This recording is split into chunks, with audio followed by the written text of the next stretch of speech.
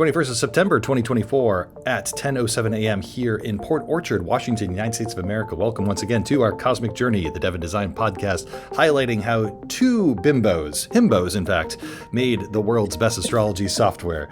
I am designer Jake. He is engineer Trey. Hello, himbo Trey. Hello, himbo Jake. I had a dream last night, by the way. I just remembered this, that you shaved your beard off, and it's an existential threat to our podcast and our well-being that you keep this beard, because I love it. You have a maritime beard, and you are right now sitting on a boat not 500 meters away from me right now here in Port Orchard. Anything you would like to talk about when it comes to... You were at the library. And I'm at the library because this makes sense for us, right? So like I'm the kind of quiet, studious one, and you are the nasty sailor boy. Salty sailor. The salty sailor boy. I'd say nasty sailor boy. I will tell you that there would be an agenda that we would show you with an agenda slide. We have not done that agenda slide because we are in massive getting this done mode, because we have a schedule that we have to hold to. So the agenda for today, which you're not seeing on the screen, but just take my word for it, that's where we're at, is we're going to do the check-in question. It'll be my check-in question today. Trey will have a demo that he will show, and then we'll just give thanks to everything that is lovely today. So, Mr. Henry, the check-in question is this for you today. I've been sick this week, and I was wondering how you act and react when you are not feeling well. And I'll talk a little bit about my sick journey this week. So how are you, like, either a stereotypical cisgendered white male in being sick, or how are you different from that journey? So I don't know that I can speak outside of my context, but what I can say is it somewhat depends on what else is going on in life. Because if there are things that I have to do and I'm feeling sick, it's the worst, because you have there's things that you must, accomplish, and you don't have the energy for it, and you just want to kind of convalesce and like lay in bed and whatever. But on the flip side, if I'm feeling under the weather, just like convalescing, like laying in bed or laying on the couch, playing video games on a laptop, is, like, being sick always sucks, but being able to take that time for yourself, it's kind of like being sick is sort of the universal signal for self-care in the modern world, which is kind of a sad thing, honestly, because we should take more time for self-care, and not just when we're sick. But it is what it is. So if I have this space to do self-care, then it's fine, and if I don't, then it's the worst. How about you? What I demonstrated this week is that while I would love, the self-care thing is real, and Trey's absolutely right. What I ended up doing was not working at all on anything of great importance to Cosmic. I was doing some like small things, but for the most part, and even today, it is going to be difficult to find the will and the passion to work, because, and for me right now, it's kind of like in my ear, which is why I don't have this earphone in my ear to sinuses to the throat. It just feels weird. I'm trying my hardest to not do the thing that my father does, which is devolve into the childlike, I need help with everything. Trey is a very good provider of everything for me, and so he is willing to indulge me in that, and it's my job to not be indulged in that. So self-sufficient, but again, you're absolutely right. Like, being sick is a form of like caring for yourself, and there is this kind of like machismo that goes with being sick. I've seen this on Twitter, surprise, surprise, that like, I don't take a sick day. Like, there's this kind of pride of like not taking a sick day for yourself. And I was like, if you're sick, you shouldn't, like, you should really get better. It would benefit you and be better. So I try not to do the machismo thing, but I also try not to devolve into the puddle of like, I need help with every single little thing. We'll see, but yeah, so far so good. I don't know how you felt about my sickness this week. I always think that you should be taking more time to recover, and I think while you've said that you haven't been doing a lot, what you failed to mention is that you also did volunteer work this week. You Oh, also have been doing a bunch of work around OUX and like taking a course there, including like being the host for co-working oh, things right. online and stuff like that. So there's been a lot going on, and I yeah. So Yeah, there was stuff. I think You know it's what? all it's it's all in context, you know. I did tell people. I said I'm not going to be able to talk, but I will host this thing. So that I can do what I need to do. Okay, Mr. Henry. So you have a dev demo for us that's going to be mostly in the terminal. But do you want to set up a little bit? I'm just going to put you on solo. Set up a little bit about what this was and what you wanted to accomplish this week. Yeah, so it's continuation of the stuff that we talked about last week. So we, you know, we're going through this process of focusing everything in on M1, which has resulted in refactoring out a bunch of things which we had kind of put in without fully knowing exactly how it was all going to work out. Um, and so mostly over the last like 2 cycles, I've been talking about, you know, what we've done around the planning for it and all of these kinds of things. Uh, Now I can actually show things, but I can't show it in the actual app. As you said, I have to show it in the terminal. But this is good progress, and I think that by next cycle, hopefully, we've got a bunch of stuff coming up this week as well. But hopefully, by the end of next cycle, I'll be able to actually demonstrate it in the product instead of in the terminal. But let me switch over to the terminal here. So I'm just going to grab the user really quick, which by email admin@cosmic.plumbing. So this is just getting a context to the admin user, which is in this dev environment the only user that's actually here.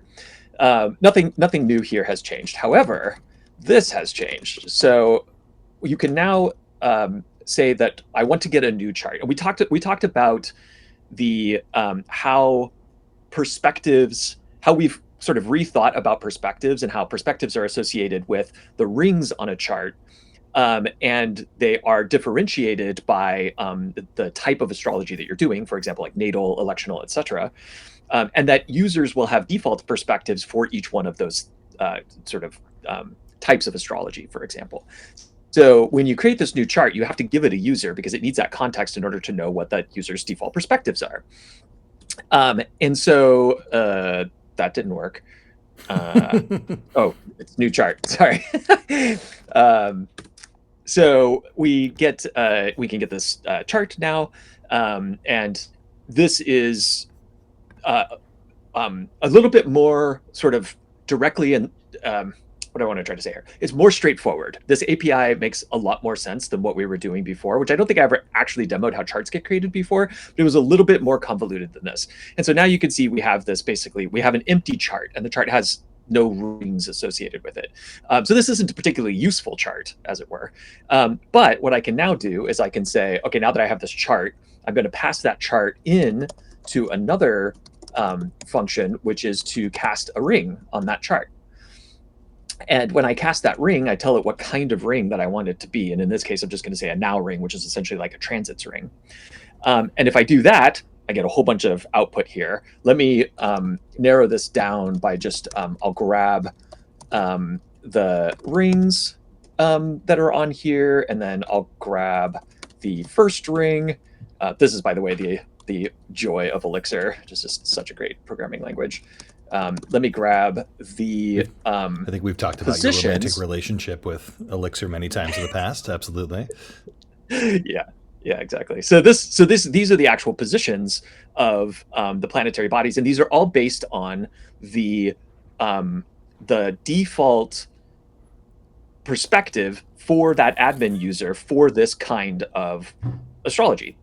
And so you can see that we have like the parts in here. We have the nodes, and then we have some planets. There's one more thing I want to show here, which is that the houses are now also, they get better names now. So the actual, the house system is encoded with the houses. And you might be wondering, well, why do you actually care about the house system in this case? Because the perspective can only, like, doesn't make sense to be using more than one house system at the same time for a ring. Well, the reason that we have this is because when you save these charts, we want to be able to provide all kinds of really rich searching around them eventually. And when we do that, we need to know which house system you're using. And that could differ for different people looking for the same data. If you don't mind, I'm going to go to 2 up for a second just to talk a little bit what this means. So, for example, Trey casts a chart, and Trey is all Koch house system all the time. And so he's looking at all this stuff in Koch.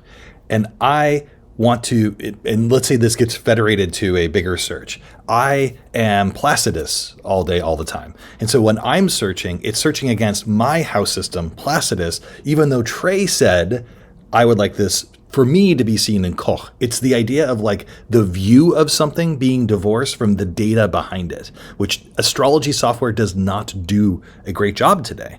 And we're, I think, doing a much better job about that. And I think it's going to be much more intuitive and findable for folks to use our astrology software as opposed to other databases and things like that.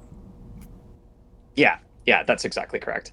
And I just wanted to really, so I'm back on my screen. I'm showing the schema breakdown. Yeah. So we've looked at this before. One of the things that really changed with this new model is that before the ring had it was what we call a very wide table. In other words, it had a lot of columns, and the columns represented the positional data of all of the stuff that you would want to find in there, like all of the planets and et cetera. And that was really an unscalable and kind of like not a great way to do it. One of the things that we did was we broke out this positions table, and that's what you're actually seeing in the terminal. There is, you're seeing the relationship between a ring which has a whole bunch of these positions, and then the positions contain all of the actual astronomical data and astrological data that they need in order for us to do whatever we want to do with them. And then we can search across this as well. You can filter, you can search, and then the perspective is essentially a limiting factor. So you want to keep it as broad as possible from the data perspective, and then use the perspective to limit down to say, well, what do I care about and what do I want to view from the data? That's right. The kind of forming principle behind all of this.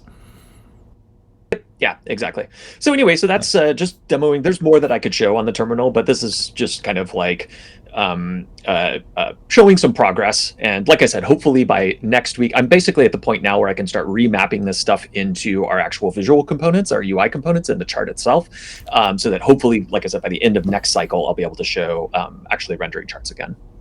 I'm excited enough to do this for that. There we go. Yeah, love it. Pardon. And hopefully I am feeling better enough so that I can not only do my volunteer work, but also my coursework, and also hosting study sessions and my cosmic work, even though I dropped that as part of me being sick. We'll see how I'm feeling. It's nice, by the way. There's something about Saturday where, like, minus one Saturday after Thanksgiving, I have never been fully sick on this program. Like, I've gotten either bad news or been sick on Sunday. So, we'll see what happens after this.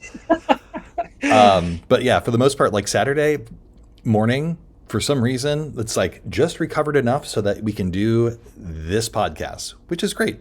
And I'm sure the viewer loves it. Thank you for tuning in. We really appreciate it. Jake, what do you think that people should do today? I think people should go on a boat with unstable internet and do a podcast today, because it is definitely a delightful thing for them to do. So go find a boat, make sure it has internet, and hope for the best for your podcast. That's what I think we should do today. Excellent. Yeah, we're living that dream. So we thank you for watching. We love you very much. Have a lovely weekend, and or whatever day you watch this podcast. And bye. You did so good. Bye.